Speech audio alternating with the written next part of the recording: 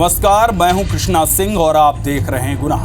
मेरठ हो या फिर जयपुर या फिर मध्य प्रदेश और छत्तीसगढ़ के अलग अलग शहर, जुर्म की वारदातें अब पुलिस प्रशासन को आईना दिखा रही हैं कि शैतानी मानसिकता को अब किसी कानून, सजा और जेल का खौफ नहीं बचा।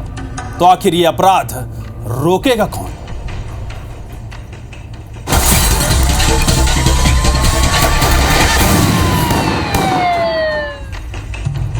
वक्त बदलते देर नहीं लगती। प्यार कब नफरत और फरेब में बदल जाए कौन जानता है। लेकिन मेरठ में हुए हत्याकांड की कहानी, पहले सौरभ को उसकी पत्नी पर शक हो गया था, लेकिन मुस्कान के चेहरे के पीछे छुपे साहिल के इरादे सौरभ को समझ नहीं आए थे।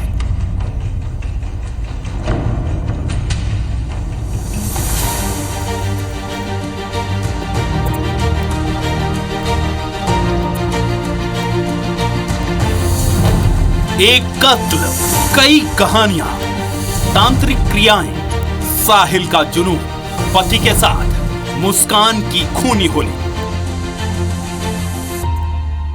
अब तक आपने जो भी सुना और देखा, सौरभ के हत्याकांड की दास्तान सिर्फ इतनी ही नहीं है। ये कहानी बहुत पहले लिख दी गई थी, लेकिन इसे अंजाम 3 मार्च को दिया गया। मुस्कान ने अपने आशिक के साथ मिलकर सौरभ की हस्ती ही मिटा दी। हत्या के पीछे की पूरी कहानी जानेंगे, लेकिन उससे पहले यह जानना बेहद जरूरी है कि साहिल और मुस्कान के बीच रिश्ते की शुरुआत कैसे हुई। साहिल और मुस्कान बचपन से थी पहचान। साहिल और मुस्कान बचपन से एक दूसरे को जानते थे। दोनों ब्रह्म कुमारी के विवेकानंद स्कूल में 8वीं क्लास तक साथ पढ़े। दोनों के बीच खासा लगाव था, नजदीकियां भी थी, दोस्ती गहरी थी। लेकिन 8वीं के बाद दोनों अलग अलग स्कूलों में पढ़ाई करने लगे। लेकिन फिर साल 2019 आया। मुस्कान अपनी बेटी को स्कूल छोड़ने जाती थी। इसी दौरान मुस्कान की मुलाकात एक बार फिर साहिल से हुई। साहिल को देख मुस्कान को बचपन याद आ गया। सौरभ के ना रहते हुए जो कमी उसे खलती थी, उस कमी को भरने के लिए एक साथी मिल गया था। दोनों अब बाहर मिलने लगे थे। मुस्कान साहिल के कमरे में जाती और साहिल मुस्कान को गांजे का नशा करता। मुस्कान अब साहिल के प्यार के साथ साथ नशे की भी आदी हो गई थी। साहिल धीरे धीरे मुस्कान को कब्जे में ले लेता है, लेकिन सौरभ की मुस्कान की जिंदगी में मौजूद साहिल को अक्सर परेशान करती रही। वक्त बीतता गया और ये प्यार परवान चढ़ता है।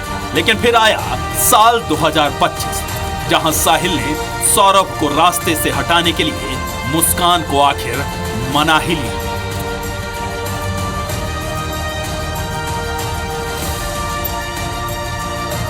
ध्यान में आया है, उसमें यही पता लगा है कि बॉडी लगभग 2-3 सप्ताह पुरानी लग रही थी और उसमें अंग भंग जो अंग होते हैं वो भी ढीले हो गए थे और दांत भी जो है ढीले हो गए थे। तो उसमें बड़ी निर्भरता से शायद। सौरभ राजपूत मर्डर केस में कब क्या क्या हुआ? 24 फरवरी को सौरभ लंदन से लौटकर मेरठ आया। इंदिरा नगर के घर में पत्नी बेटी के साथ रहा। 25 फरवरी को पत्नी मुस्कान का बर्थडे मनाया गया। घर में ही पार्टी मनाई गई। 28 फरवरी को सौरभ और मुस्कान ने अपनी बेटी का जन्मदिन मनाया। 3 मार्च को मुस्कान ने डिनर में नींद की गोली मिलाई। सौरभ को बेडरूम में सुला दिया। साहिल शुक्ला को फोन कर घर बुलाया। सौरभ की हत्या कर बॉडी के टुकड़े किए। 4 मार्च को मुस्कान ने बेटी पीहू को अपनी मां के घर छोड़ा। फिर साहिल के साथ शिमला चली। 17 मार्च को मुस्कान शिमला से लौटकर मायके पहुंची। मायके में मां और पिता को पूरी कहानी बताई। 18 मार्च को पुलिस इंदिरा नगर के घर पहुंची। ड्रम में सौरभ की जमी हुई बॉडी मिली। पुलिस ने साहिल और मुस्कान को गिरफ्तार किया। 19 मार्च को पुलिस साहिल और मुस्कान को सामने ले आई। सौरभ के बॉडी के टुकड़ों को पोस्टमार्टम के लिए भेजा। इस हत्याकांड के बाद जब पुलिस ने तफ्तीश शुरू की तो एक के बाद एक कई बातें सामने आई। जी, जो हत्या का प्रकरण था जिसमें कि पति की हत्या प्रेमी और प्रेमिका ने मिलकर कर दी, उसमें पुलिस ने दोनों अभियुक्तों को गिरफ्तार कर जेल भेजा है। और जो घटनाक्रम रहा है उसका भी विवेचना की जा रही है, विवेचना में शामिल किया गया है और सभी पहलुओं पर गहनता से जांच करते हुए शीघ्र इस विवेचना को माननीय न्यायालय के सामने चार्जशीट कर प्रस्तुत किया जाएगा और इसमें प्रभावी पैरवी करते हुए प्रयास किया जाएगा, इसमें जल्द से जल्द सजा की जाएगी। ये तस्वीरें बेरहम पत्नी मुस्कान के गुनाह की घिनौनी दास्तान की पूरी तरह से साफ कर रही है, जिसमें एक और वो अपने पति के साथ बर्थडे सेलिब्रेट करती है और फिर अपने पति के खून से होली खेलती है, तो दूसरी ओर प्रेमी के साथ खुश नजर आती है। तंत्र मंत्र और कत्ल की कहानी, ये साहिल के रूम की तस्वीरें हैं, जिसे देख खुद पुलिस की भी रूह एक बार तो कांपी ही होगी। इन तस्वीरों में शैतानी ताकतें साफ नजर आती हैं। तंत्र मंत्र की क्रियाओं में लिपटा साहिल किस तरह इस कमरे में रहता होगा, इसका आप अंदाजा लगा सकते हैं। साहिल के परिवार और पड़ोसियों का कहना है कि साहिल अंधविश्वास और तंत्र मंत्र को लेकर जुनूनी था। वो अक्सर पीले और काले कुर्ते ही पहनता था। शरीर पर धार्मिक और रहस्यमयी प्रतीकों के कई टैटू भी बना रखे थे और सौरभ की हत्या भी एक तरह का तांत्रिक अनुष्ठान ही था, जिसमें साहिल का साथ मुस्कान ने पूरी तरह दिया। सौरभ को था शक, यकीन करना मुश्किल। पुलिस के मुताबिक सौरभ राजपूत को अपनी पत्नी मुस्कान के अवैध संबंधों का पता पहले ही चल गया था। इसके बाद उसने कोर्ट में तलाक की अर्जी भी दी थी, लेकिन मुस्कान ने बेटी का हवाला देते हुए सौरभ को तलाक लेने से मना कर दिया।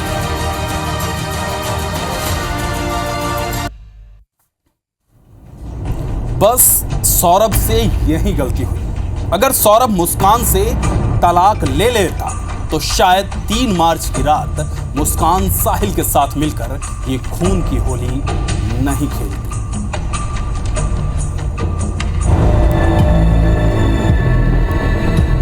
जगह इंदिरा नगर मेरठ, तारीख 3 मार्च, वक्त रात 11:30 बजे। सुनो साहिल, तुम जल्दी घर आ जाओ, सौरभ सो चुका है।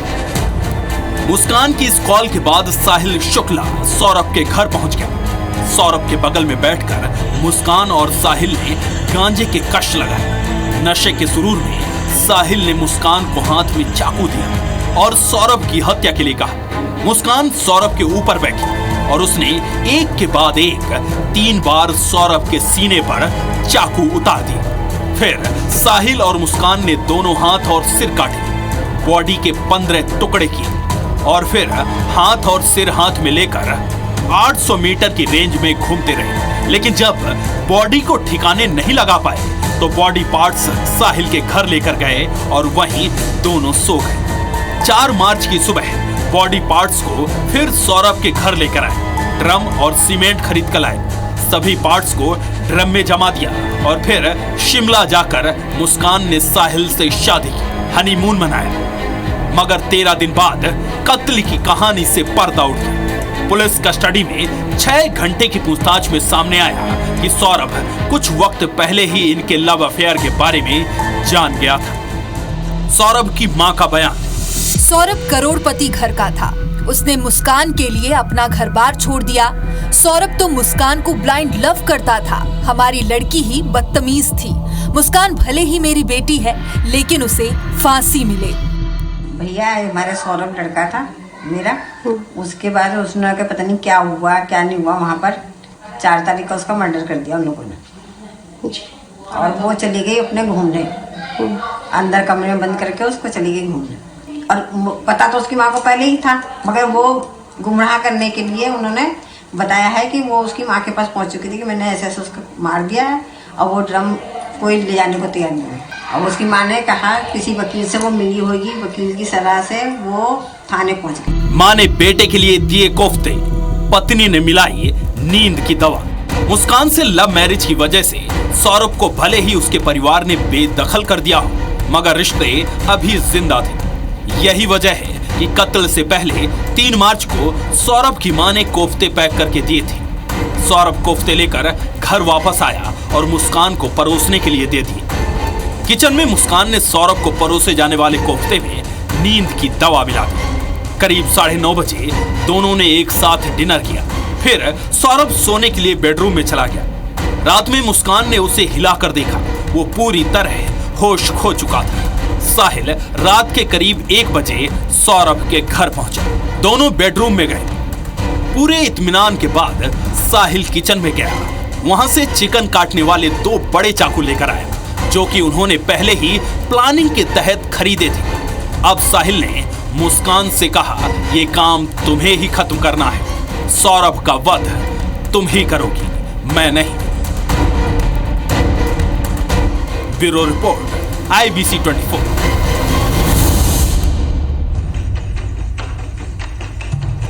कुछ इसी तरह का हाल जयपुर से सामने आया, जहां अपने आशिक के प्यार में अंधी एक पत्नी ने अपने पति का कत्ल किया और फिर उसे बोरे में भरकर जला दिया। पत्नी ने एक बार भी ये नहीं सोचा कि ये वही शख्स था जिसने उसके साथ 7 फेरे लिए थे।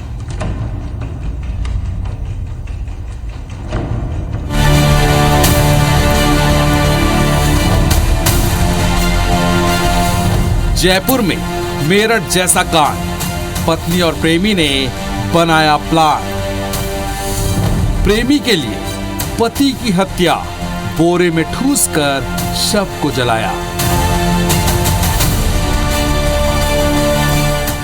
जयपुर में मेरठ की तरह ही एक दिल दहला देने वाली घटना सामने आई है, जहां एक पत्नी ने अपने पति को सिर्फ इसलिए रास्ते से हटा दिया क्योंकि वो उसकी मोहब्बत के रास्ते का रोड़ा बन रहा था। और इस वारदात को अंजाम देने में पत्नी के साथ उसका प्रेमी भी पूरी तरह शरीक था। जयपुर के मुहाना क्षेत्र में मृतक धन्नालाल सैनी सब्जी बेचने का काम करता था। उसकी पत्नी गोपाली देवी का पिछले 5 सालों से दीनदयाल नाम के एक शख्स के साथ अवैध संबंध थे। धन्नालाल को अपनी पत्नी के चरित्र पर शक था और उसकी जांच करने के लिए वो 15 मार्च को दीनदयाल की कपड़े की दुकान श्याम फैशन पहुंचा, जहां उसने अपनी पत्नी को दीनदयाल के साथ रंगे हाथों पकड़ लिया। इसके बाद गोपाली देवी और दीनदयाल ने छन्नालाल को रास्ते से हटाने की साजिश रची। धन्नालाल को दुकान की ऊपरी मंजिल पर बुलाकर लोहे के पाइप से उसके सिर पर वार कर गंभीर रूप से घायल कर दिया। इसके बाद रस्सी से गला घोटा और उसे मौत की नींद सुला दी।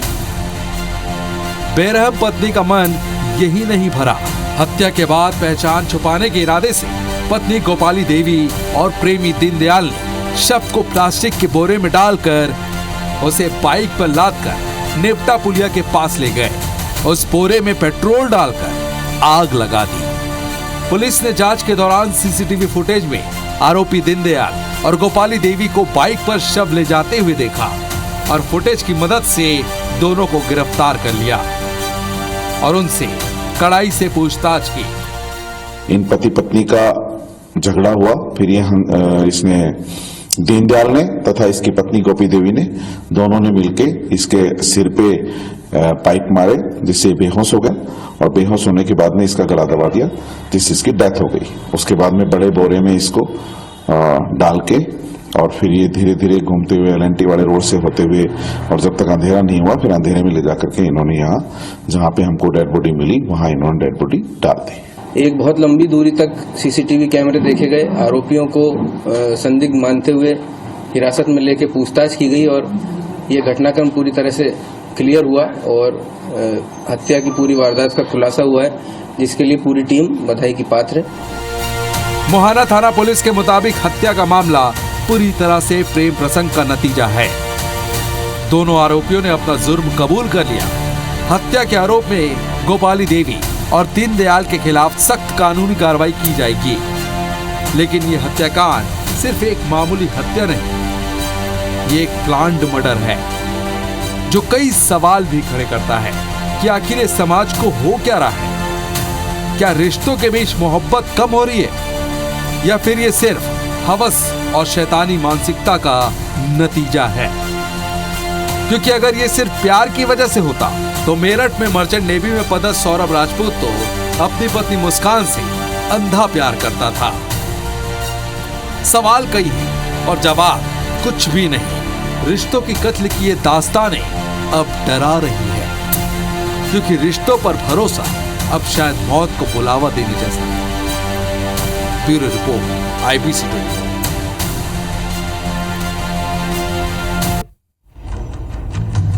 आरटीओ के पूर्व कांस्टेबल सौरभ शर्मा की मुश्किलें एक बार फिर बढ़ गई।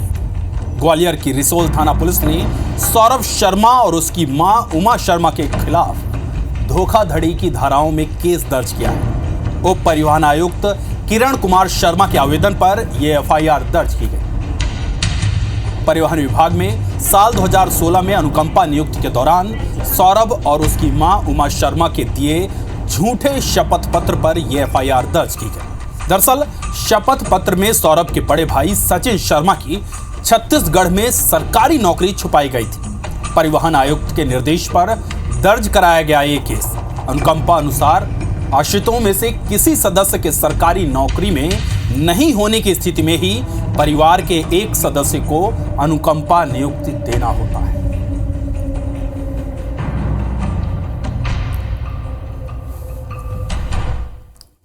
जी, ये आरटीओ अधिकारियों की तरफ से एक लिखित आवेदन प्राप्त हुआ था, जिसमें उनके यहाँ कार्यरत एक व्यक्ति के बारे में शिकायत की गई थी कि उन्होंने अपनी नौकरी के संबंध में कुछ दस्तावेज और गलत प्रस्तुत किए हैं और कुछ जानकारी छुपाई है। इसी को संज्ञान में लेते हुए इसमें मामला दर्ज किया गया है। मुख्यतः तथ्यों को छुपाया गया है इसमें, और इसमें 2 व्यक्ति शामिल हैं और गलत तथ्यों को पेश करके नौकरी प्राप्त की गई थी, उसी की शिकायत। निवाड़ी पुलिस ने रंग पंचमी के दिन हुई महेंद्र कुशवाहा की हत्या के मामले में खुलासा कर दिया है। होली के दिन महेंद्र ने सत्येंद्र को डीजे सिस्टम देने से मना कर दिया था। इसी बात से नाराज होकर आरोपियों ने रंग पंचमी के दिन उसकी गोली मारकर हत्या कर दी थी। हत्या के दोनों आरोपियों सत्येंद्र यादव और निक्की अहिरवार को पुलिस ने गिरफ्तार कर लिया है। साथ ही हत्या में प्रयुक्त 315 बोर के कट्टे, एक जिंदा कारतूस समेत काले रंग की पल्सर बाइक भी जब्त की है। दरअसल 19 मार्च की रात 8 बजे दोनों आरोपियों ने महेंद्र को शराब पार्टी के बहाने बुलाया।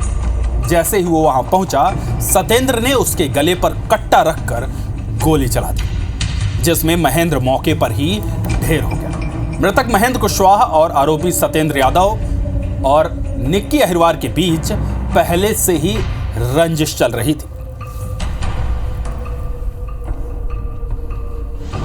कहना है कि मृतक उसकी पत्नी से उसका क्योंकि दोस्ती थी, तो उसकी पत्नी से मोबाइल पे बातें और चैटअप वगैरह करता था। इसको लेकर के उसने कहीं शिकायत तो नहीं करना बताया, किंतु मनी मनी इस तरीके की भावना रखता था। तो दोनों ने जो है घटना को अंजाम दिया।